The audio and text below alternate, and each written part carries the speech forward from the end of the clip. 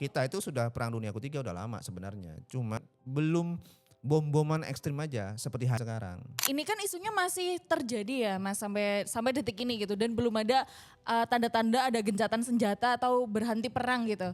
Terus kalau ini akan berlanjut dalam jangka waktu yang lama, apa kabar kita? Ya tetap kerja kan tadi kan. Seumur-umur dia ketemu orang ini paling jahat ini manusia ini kata dia. Iblis aja minder gitu ya.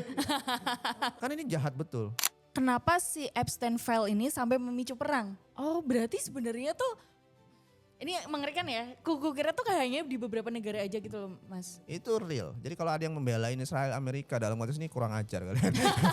Sumpah. Ya. Dikecam keras ya. Sumpah kurang ajar. Aku benci banget lihat orang Indonesia membelain itu. Gila nih. Kita tuh dijajah. Mereka tuh ya kurang ajar lah.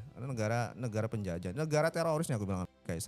Ini tuh sebenarnya kenapa namanya peace sedangkan nggak ada kedamaiannya sama sekali gitu loh. Katanya di hari ke-26 berarti kita berkuda.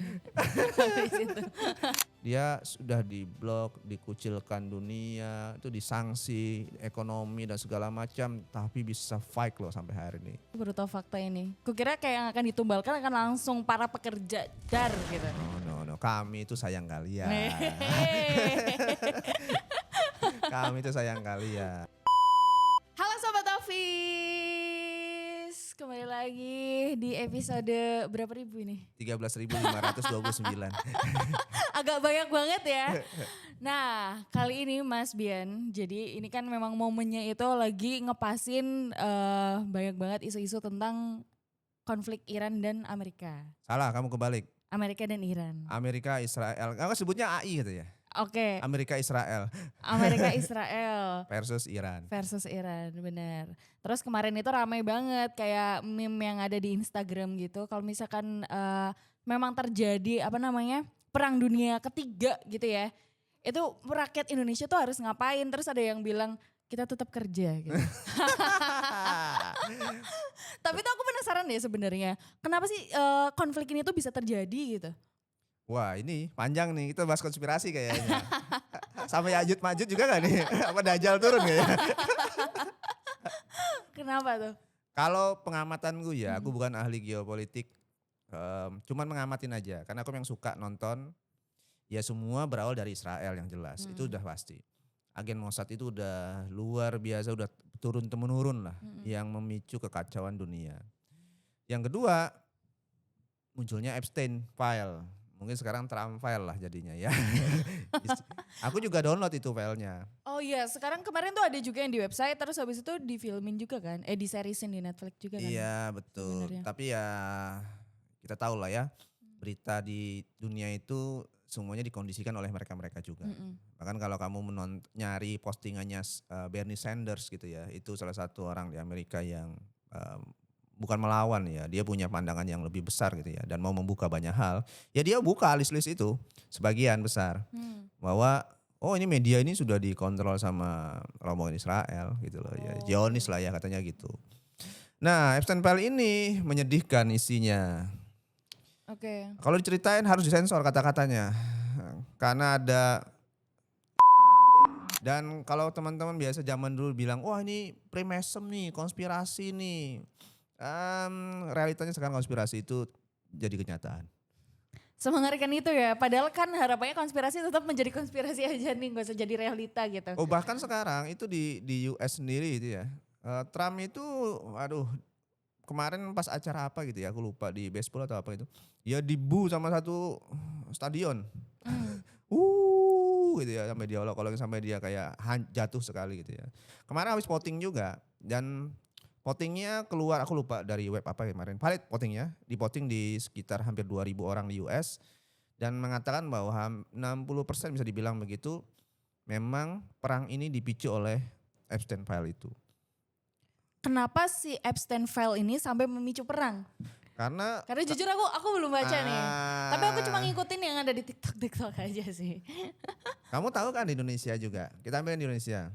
Kalau ada rame kasus apa gitu ya misalnya maaf ya Parcok misalnya gitu ya. Lagi kemarin ada isu apa gitu yang anak SMA, SMK itu yang di Semarang yang dibunuh ditembak itu. Sampai polisinya masuk bawa sajam segala macam press conference. Kan fake semua kan itu kan palsu. Habis itu muncul berita besar lagi. Jadi berita yang buruk itu harus ditutupi dengan berita yang lebih besar lagi, biar ketutup. Selalu akan begitu terus. Betul. Dan itu memang polanya begitu. Begitu juga dengan dunia. Nah, Amerika, Epstein File itu, Trump itu adalah salah satu orang yang bahkan si Jeffrey Epstein-nya bilang begini di email itu.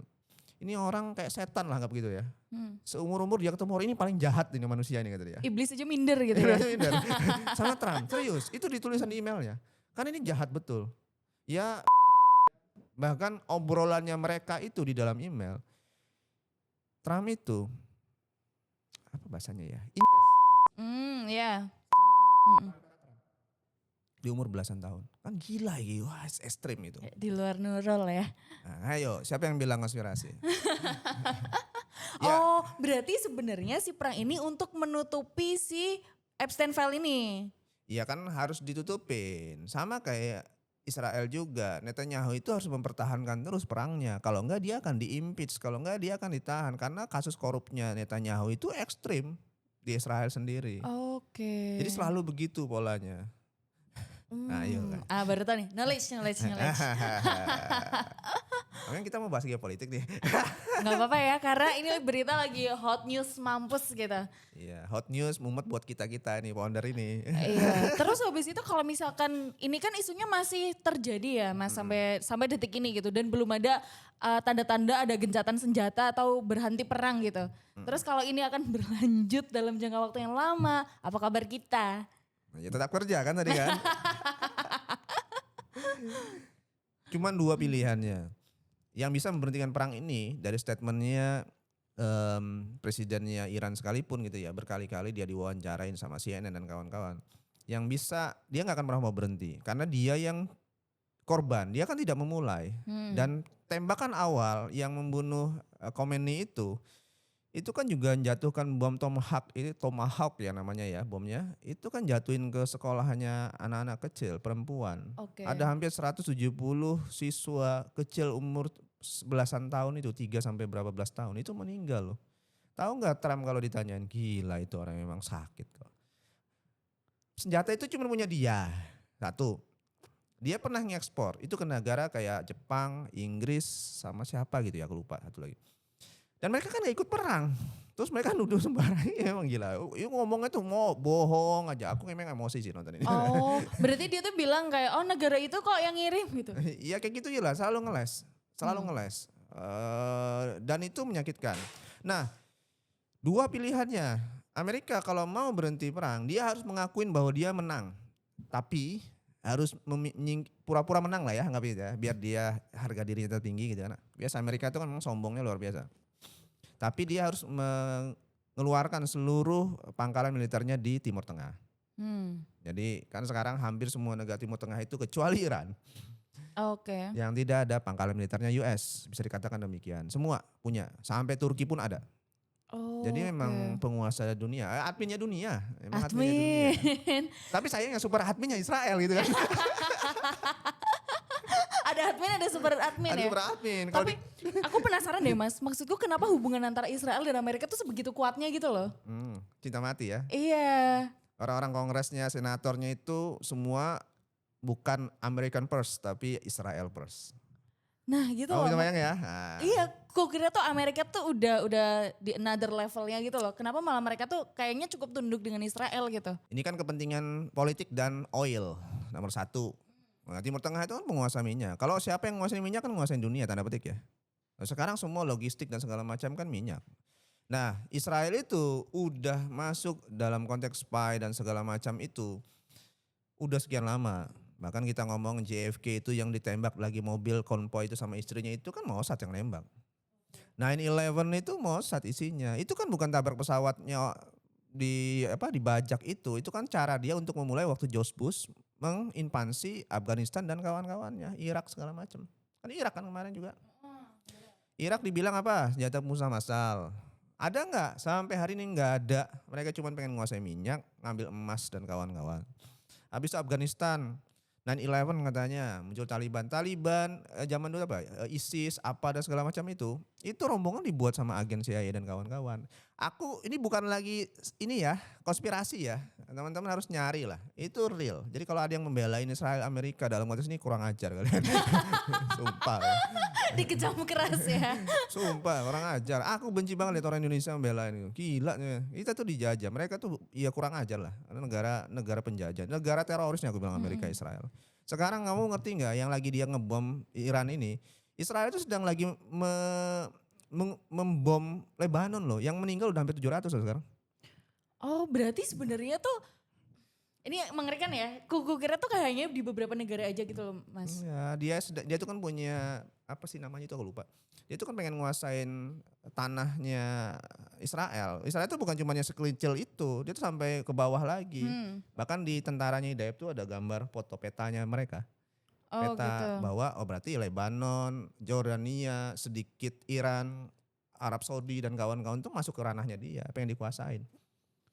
Oke, berarti sebenarnya gini, kalau yang Amerika itu memang dia apa yang namanya kayak nyerang. Yang pertama tadi untuk nutupin yang Epstein File. Terus yang kedua bantu Israel buat memperluas wilayahnya dia berarti. Tanah yang dijanjikan katanya. Oh, Nah, oke. Israel itu kenapa dia bisa tanda petik mengontrol US gitu ya? Mereka tuh punya namanya AIPAC namanya.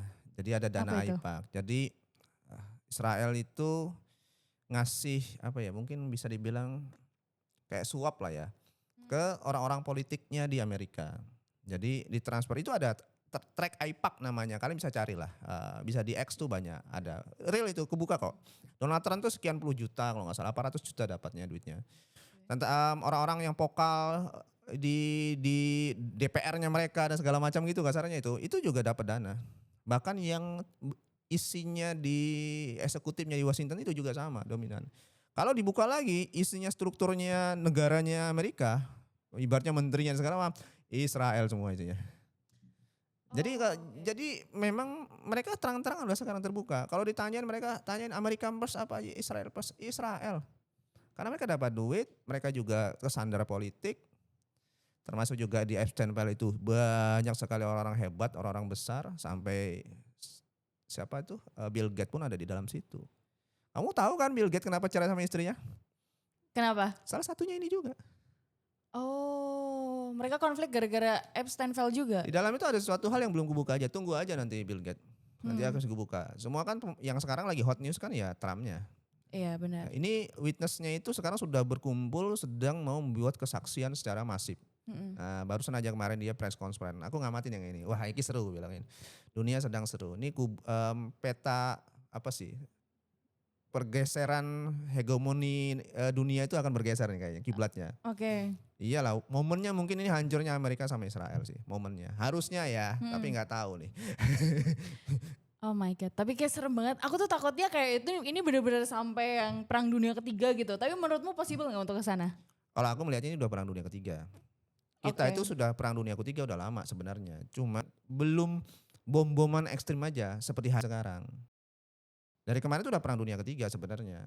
Kalau zaman perang dunia satu oke lah, ternyata belum masif ya. Perang dunia dua mulai ada sampai nuklir, Amerika ngebom Jepang, Nagasaki, Hiroshima Nagasaki itu juga. Kalau di trace balik ya, ada sampai ada yang bikin video dari tahun berapa puluh itu. Isinya semua Amerika itu negara agresor, jajah terus kerjaannya. Dan di belakangnya adalah ya orang-orang Mossad. Emang kamu percaya Holocaust itu? Yang 6 juta sekian katanya, tapi nggak sebanyak itulah. Dan itu kan dijadiin cara mereka untuk ngambil empati lah gitu loh. Bahwa kami tuh pernah digituin lah sama sekarang Jerman gitu kan. Modelnya begitu. Tapi ya sudah pengusaha hari ini gigit jari nih sekarang. Dolar kalau 17.000 gimana coba pertanyaannya. Kayaknya kemarin aku habis nemenin temanku nukar uang juga kan Mas. Terus sekarang tuh dolar tuh udah 16.800 atau 16.000 berapa gitu. 900 kayaknya kemarin. Iya, Ya. 16.900. Udah 17.000 sekarang. Oh, udah kayaknya. 17.000. Hari ini 17.000. Oh my god. Tanggal berapa sekarang? Wah. Nah nih berarti kan dolar semakin naik. Nah dampaknya tuh apa untuk kita yang ada di Indonesia dulu aja deh Mas. Terus habis itu gimana sih cara kita nanggulangin ini gitu. kita nggak bisa berbuat apa-apa. Walaupun kemarin presiden kita udah masuk ke BOD ya. BOD, BOD, BOP. BOP. Board Office. BOP. Ayolah, kenapa sih harus ngomong BOP? Bukan salah ngomong BOD-nya, bukan. BOP. Aku salah satu yang nggak setuju lah. Salah satu dari sekian banyak orang yang nggak setuju BOP itu sih. Katanya mau board office. Nah kita sebelum bahas BM ya. Ya oke. Katanya mau masuk BOP, board office. Tapi isinya agresor semua. Palestina nggak diikutkan. Mana ada, Israel itu nggak pernah mau memikirkan bahwa Palestina itu akan jadi negara, itu nggak pernah. Nggak ada itu di kamus mereka. Intinya Israel itu pengen Palestina itu punya mereka semua tanahnya. Iya. Jadi kalau ada orang Indonesia kayak kita sekarang belain gitu bahwa harus two state country lah apalah, itu nggak akan pernah bisa terjadi. Karena Israel sendiri nggak mau. Karena mau jangankan Palestina, yang di bawah-bawahnya pun pengen diambil sama dia, tanah yang dijanjikan itu. Oke, nah Mas, tapi ngomong-ngomong tentang yang BOP itu, kemarin itu tuh ada kayak netizen ada dua sisi nih, ada yang bilang kayak oh itu tuh strateginya Pak Presiden biar kita aman. Tapi yang kedua adalah ini tuh sebenarnya kenapa namanya peace sedangkan nggak ada kedamaiannya sama sekali gitu loh. Kayak mereka hanya bergabung untuk kepentingan mereka sendiri ya. Walaupun memang politik kayak gitu ya Mas. Gimana menurutmu? Aku respect sama presidennya Spanyol lah sekarang.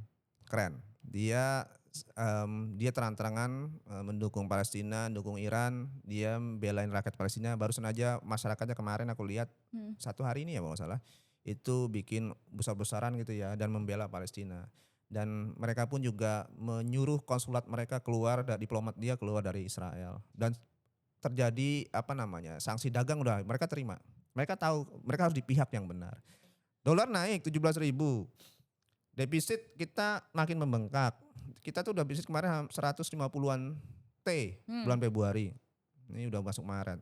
Kalau perang berlanjut dari tanggal 20 Februari sampai sekarang masih berlanjut terus, dolarnya menguat karena rupiah nggak punya apa-apa, nggak punya daya, itu bisa berdobel-dobel. Nanti kalau tembus 30% inflasinya 2026 kita bisa goncang di Indonesia.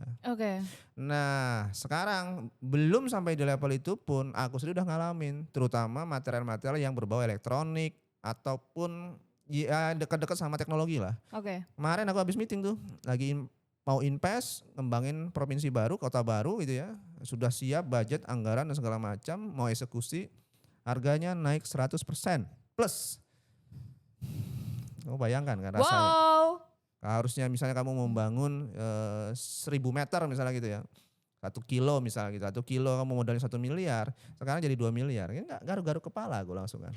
Oke, berarti yang di sektor teknologi itu juga sangat berpengaruh ya Mas? Yang berbau ada infrastrukturnya ya, teknologi. Misalnya alat-alat set-top box misalnya kita punya tuh yang buat hospitality TV kita gitu ya. Itu juga naik hampir 40%. Iya coba. Kan pusing kan? Oke. Nah ini belum. Kan kemarin Pak Bahlil kan bilang minyak kita berapa? 20 hari apa 25 ya? Iya, ini 25 hari kayaknya ya? udah seminggu ya. Hah? Sekarang udah seminggu kan, berarti kurang berapa hari lagi kan. Katanya di hari ke-26 berarti kita berkuda. Di situ. Kalau udah minyak itu naik, di Bangladesh tuh kalau nggak salah kampus sudah diliburkan. Karena mereka negara miskin, nggak punya cadangan minyak yang cukup. Sehingga kalau dia, kita nanti karyawan seneng nih kayaknya. Itu dia. WFH nih kayaknya. Iya, karena kemarin itu aku lihat berita juga, aku nggak ngerti ini di negara mana, apakah Filipina atau mana. Nah, Jadi Filipina sama. Ya. Iya, kayak karyawannya cuma berangkat 4 hari, sisanya Betul. di WFH-in. Betul, mereka nggak punya cadangan minyak yang banyak. Kita itu juga kecil, 20 harian itu kecil. Jepang itu hampir setahun ya kemarin ya, 300 sekian hari kalau nggak salah. Jepang. Karena mereka juga tenaga nuklir dan segala macam kan jalan ya. Kita itu kan boros di sana. Nah itu kalau udah sampai begitu logistik akan naik bengkak semua. Logistik naik karena transportasi. Yang kita ini kan negaranya negara maritim. Yeah. Pulau berpulau, jalannya luas sehingga cost logistik itu tuh tinggi. Benar. Walaupun sudah dibantu di Pulau Jawa itu tol yang banyak ya. Tapi untuk nyebar ke daerah itu kan juga butuh transportasi yang banyak gitu kan. Betul. Apalagi momennya juga mudik kan Mas? Bukan masalah mau mudik. Kita bicara kalau udah minyak naik itu kan nggak cuman seasonal doang, bisa betul. panjang. Efeknya efek domino. Nah setelah itu naik, logistik naik, bahan baku naik, inflasi lah berlebihan. Kalau inflasi berlebihan, duit kita nggak ada nilainya, Sekarang aja gaji udah jadi 17.000 kurang. ya. Nah, kemarin misalnya aku punya cadangan kas nih yang kemarin aku ceritakan di sebelumnya. Niatku mau dimasukin ke sukuk nih ya. Nggak jadi. Karena aku harus pegang liquid sekarang. Oke. Harus pegang dana cash yang liquid. Karena nilai 100 juta misalnya terjadi chaos gitu ya. Bisa jadi nilainya bukan 100 juta secara realitanya. Kan tahu kan ada beberapa negara kemarin beli air galon aqua pakai duit segepok segini. Oke. Nah, Ada sih, aku lupa negara mana, kayak Zimbabwe atau mana yang nilai. Venezuela juga ya kalau nggak salah ya. Kalau nggak salah. Heeh, Ya itu mengerikan. inflasi yang ekstrim tuh. Terus dirimu sebagai founder di sebuah perusahaan gitu, terus apa yang akan kamu lakukan Banyak ibadah, doa.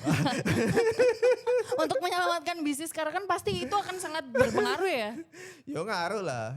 Yang kalau sudah kondisi yang ini kan kondisi yang nggak bisa kita kontrol. Tapi Mas sebentar, worst case-nya apa sih? Worst case. Iya.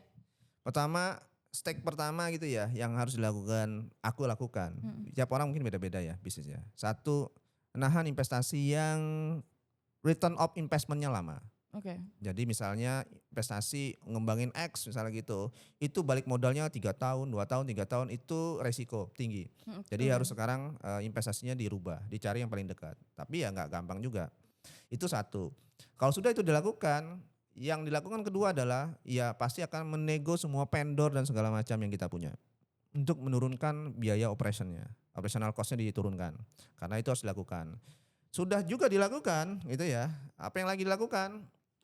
Mulai mengurangin plotting cost di internal yang bukan tidak relevan lah, tidak langsung direct terhadap revenue. Contohnya misalnya, oh ayo kita marketing, awareness nih, sekian puluh juta, sekian ratus juta, masih awareness, nggak langsung dapat customer, tidak bisa langsung dikonversi misalnya, oh ya stop dulu. Stop dulu, karena itu tidak bisa langsung konversi. Itu. Yang keempat, ini yang nggak enak. Otomatis potong gaji. Kalau sampai nggak kuat ya, karena ketika kami nego vendor, customer kita pun juga nego vendor ke kita. Iya benar. Sama kan? Sama, kita minta turunkan harga, customer kita juga minta turun harga, itu udah pasti, udah sama-sama kena. Oke. Nah, yang terakhir, keempat tadi, ya kita bicaranya ngomong, ya udah beban terbesar di perusahaan itu salah satu yang besar itu adalah remunerasi, pergajian, itu udah jelas, otomatis potong gaji. Ya kayak Potong gaji atau layoff? Potong gaji dulu. Oke. Misalnya gaji direksinya dulu dan segala macam. Oh masih kurang, baru ke middle-nya sampai ke bawah. Yang penting tidak sampai, mereka masih bisa bertahan lah, sama-sama bertahan hidup. Oke. Aku nggak mau yang terakhir sih. karena potong gaji direktur itu disebutkan pertama ya. Gaji direksi dulu yang potong pertama. Oh gitu ya. Iyalah. Kalau perlu direksinya nggak gajian. Baru kepepet, baru middle. Oh, baru ke bawah. I see. Aku baru tahu fakta ini. Kukira kayak yang akan ditumbalkan akan langsung para pekerja dar gitu. Oh no, kami itu sayang kalian. Kami itu sayang kalian. Karena kami kan punya saving ya, punya cadangan kas. Jadi seandainya aku nggak nerima gaji selama setahun pun kasarnya aku masih bisa hidup. Masih bisa makan lah. Betul. Kalau karyawan kan mana Mati. mungkin. Mati langsung. Kita punya cadangan kas, jadi masih bisa diselamatkan di situ. Dan gaji direksi itu kan gede-gede. Middle habis itu baru sampai ke bawah. Kalau terpaksa lagi, sayanya ngutang bukan solusi. Karena utang operation itu bukan solusi menurutku. Apalagi aku sendiri nggak punya prinsip untuk ngutang. Karena sampai hari ini kami nggak pernah menggunakan utang sebagai operationnya perusahaan. Tidak juga dibanggakan, karena kalau kita bicara ekonomi nanti ada yang bilang, utang itu mengutarakan, iya aku tahu gitu ya. Negara-negara barat debt itu harus dimanfaat untuk bisnis, iya aku paham. Karena aku punya prinsip, masalah syar'i dan segala macam. Jadi utang itu tidak ada di kamusku. Jadi yang terakhir tadi layoff itu, seandainya layoff terjadi gitu ya, itu udah melalui panjang sekali fasenya. Mungkin ada yang terlupa aku sampaikan juga ada, bisa jadi. Ada masih kesempatan yang lain untuk meredus biaya. Itu sih Salsa. Oke. Nah ini semoga perangnya bisa cepat selesai ya. Tapi kemungkinan akan selesai nggak dalam waktu dekat? I don't know. Karena yang tadi aku bilang, aku tadi lupa nyebutnya yang terakhir. Tadi yang aku bilang 2, ini untuk selesai. Karena selesainya itu hanya ketika Trump yang menyelesaikannya dan rakyat Amerika yang menyelesaikannya. Satu, Trump tadi harus mengaku menang dan tapi dengan syarat bahwa dia harus keluar pangkalan militernya dari Timur Tengah. Yang kedua, ya udah nyerah aja. Tapi itu dua-duanya nih nggak enak. Dua-duanya nggak enak. Karena kalau perang nggak berakhir dia nyerah dalam artian ini ekonominya kolaps. Ekonominya US itu kolaps karena selat itu kan diblokade kan. Minyak kan sulit lewat. Jangan lupa bukan minyak doang di situ. Sumber daya alam lain juga ada di gas, aku lupa apa lagi ya, bahan-bahan tambang itu lewat situ semua dan itu mempengaruhi global. Kalau itu ke blok sama sekali beberapa ekonomi bilang macam-macam lah, aku nggak hafal ya, bisa jadi ada yang 30% lah ekonomi dunia segala macam. Ya sebenarnya kayak aku misalnya barang dari China aja tadi ya, kayak tadi. Barang dari China tapi naiknya 100% kan aneh. Padahal kan nggak lewat sana. Padahal nggak ngelewatin Timur Tengah tuh. Itulah ekonomi global sekarang. Semua negara tuh terikat dengan negara lain. I see. Jadi nggak ada orang satu negara hari ini yang 100% ya, yang bisa swasembada. Nggak ada. Tapi Iran tuh aku harus salut, hebat sekali sumpah. Dia sudah di blok, dikucilkan dunia, disanksi ekonomi dan segala macam, tapi bisa fight loh sampai hari ini. Ya kita abaikanlah Syiah Sunni dan segala macam ya, tapi aku salut sama Iran, kuat sekali. Memang orang Persia itu bukan masalah teknologi, mereka tuh udah peradaban ribuan tahun orang-orang Persia itu. Jadi kuat banget memang. Dan terakhir mungkin ya, statement terakhir. Perang ini sudah diinginkan oleh Netanyahu itu sejak 40 tahun lebih yang lalu. Jadi dia sudah menulis di tulisan dia itu kemarin terakhir aku membaca, memang di highlight di bawah itu bahwa inilah yang diinginkan dia sejak 40 sekian tahun yang lalu. Aku lupa 40 apa 47 tahun gitu. Jadi biasanya ini ya, kalau kita kayak nulis goals gitu, pengen beli mobil baru, dia pengen perang gitu. Gokil. Udah another level memang. Emang. Oh ini mungkin terakhir Mas, buat teman-teman mungkin kayak Gen Z kayak aku, ke dirimu kalau misalkan update berita gitu biasanya di mana sih? Biar kita bisa dapat berita yang trust karena kan nggak tahu ya media-media tuh beneran nggak beritanya gitu. Sekarang fake newsnya banyak, media mainstream itu sangat hati-hati. Kalau mainstreamnya punya orang luar rata-rata semuanya udah ke filter, ke sorting dan segala macam. Aku satu-satunya jalan ninja hari ini baca berita adalah di X. Di X tapi tidak semua akun juga. Ada akun-akun independen jurnalis gitu ya, diambil dari beberapa negara gitu ya. Di US juga ada dan segala macam yang kupilih. Dan kupastikan dia netral gitu ya. Dan dia tidak geser kanan atau geser kiri, jadi dia fakta yang disampaikan. Nah aku hanya follow itu, akun-akun itu aja.